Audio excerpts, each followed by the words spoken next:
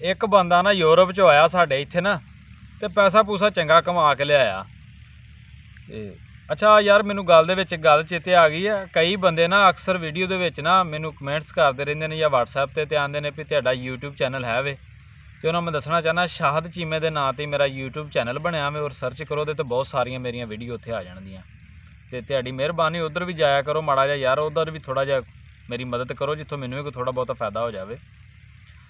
वो बंदा आया बाहरों तो उन्हें ना घर दे पहले पुराने मकान सन तो उन्हें आख्या मजदूर लाओ तो इन्हों ढवाइए तो नवे मकान बनाइए, पैसा धेला चार चंगा कमा के लिया। वो मजदूर सुबह सुबह ना उन्होंने दो लभे तो उन्होंने मकान ढाण लग पे। 12-1 वजिया तो दो बंदे उन्होंने होर लभ गए। उवें उन्होंने आख्या यार तुसीं भी लग जाओ इन्हां दे नाल ही। वो कोई 2 वजे तो दो बंदे होर मजदूर लभ गए, उन्होंने आख्या यार तुसीं भी लग जाओ इन्हां दे नाल ही।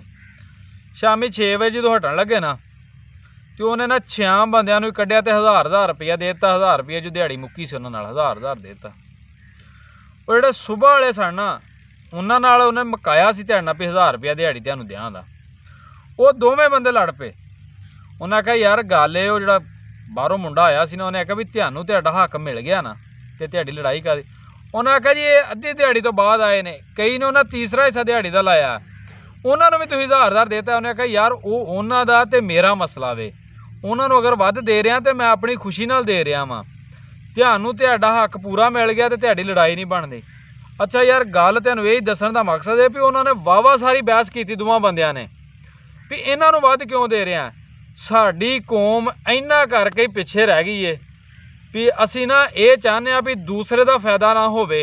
बेशक साडा नुकसान हुंदा ते हो जाए लेकिन दूसरे का फायदा नहीं होना चाहिए। वो लोग तरक्की कर गए ने जिहड़े सोचते हैं भी साडा अगर 1 रुपये का फायदा हो रहा ना तो चलो नाल दे तां भावें 5 का हो जाए, सानूं तो रुपये का आ रहा फायदा। असीं ये ना गल्लां झड़ गए हाँ भी साडा भावें लख का नुकसान हो जाए दूसरे का 5000 का नुकसान असीं जरूर करना वे। जदों तक असीं इन्हां गल्लां दे विचों नहीं ना निकलांदे साडी भी तरक्की नहीं होएगी। अगर दूसरे का फायदा तुसीं करो तो तुहाडा अपने आप होएगा, दूसरे का जदों कोई फायदा या नफ़ा आवे ना तो उहदे ते खुश होया करो। तुसीं भी गल चंगी लगे तो शेयर जरूर करियो। एक बंदा ना यूरोप चो आया साढ़े इत्थे ना तो पैसा पूसा चंगा कमा के लिया। अच्छा यार मैनू गल चेते आ गई है। कई बंदे ना अक्सर वीडियो दे विच ना मैनू कमेंट्स करते रहंदे ने या व्हाट्सएप ते आंदे ने भी तुहाडा यूट्यूब चैनल है वे, तो उन्होंने मैं दसना चाहना शाहद चीमे के नाँ ते मेरा यूट्यूब चैनल बनया वे और सर्च करो तो बहुत सारिया मेरिया वीडियो उत्थे आ जाणगियां। ते तुहाडी मेहरबानी उधर भी जाया करो माड़ा जिहा यार, उधर भी थोड़ा जिहा मेरी मदद करो जितों मैनू भी कोई थोड़ा बहुत फ़ायदा हो जाए। वो बंदा आया बाहरों तो उन्हें ना घर दे पहले पुराने मकान सन तो उन्हें आख्या मजदूर लाओ तो इन्हों ढवाइए तो नवे मकान बनाइए, पैसा धेला चार चंगा कमा के लिया। वो मजदूर सुबह सुबह ना उन्होंने दो लभे तो उन्होंने मकान ढाण लग पे। 12-1 वजिया तो दो बंदे उन्होंने होर लभ गए। उवें उन्होंने आख्या यार तुसीं भी लग जाओ इन्हां दे नाल ही। वो कोई 2 वजे तो दो बंदे होर मजदूर लभ गए, उन्होंने आख्या यार तुसीं भी लग जाओ इन्हां दे नाल ही। शामी 6 वजे जो हटन लगे ना तो उन्हें ना 6 बंदियां नूं कढ़िया तो 1000 रुपया देता। 1000 रुपये जो दिहाड़ी मुक्की सी उन्हां नाल 1000 देता। वो जिहड़े सुबह वाले सन ना उन्हां नाल उन्हें मुकाया सी तुहाडे नाल भी 1000 रुपया दिहाड़ी तुहानूं दियां दा। वो दोवें बंदे लड़ पे। उन्हें आख्या यार गल ये जिहड़ा बाहरों मुंडा आया सी ना उन्हें आख्या भी तुहानूं तुहाडा हक मिल गया ना तो तुहाडी लड़ाई करदी। उन्हें आख्या जी ये अद्धी दिहाड़ी तो बाद आए ने, कई ने उन्हें तीसरा हिस्सा दिहाड़ी का लाया, उन्होंने भी तुसीं 1000 देता। उन्हें आख्या यार वो उन्हां दा ते मेरा मसला वे, उन्होंने अगर वध दे रहा तो मैं अपनी खुशी नाल दे रहा वां, तुहानूं तुहाडा हक पूरा मिल गया तो तुहाडी लड़ाई नहीं बनदी। अच्छा यार गल तुहानूं यही दस्सण दा मकसद है भी उन्होंने वाहवा सारी बहस की दोवां बंदियां ने भी इन्हां नूं वध क्यों दे रहे हैं।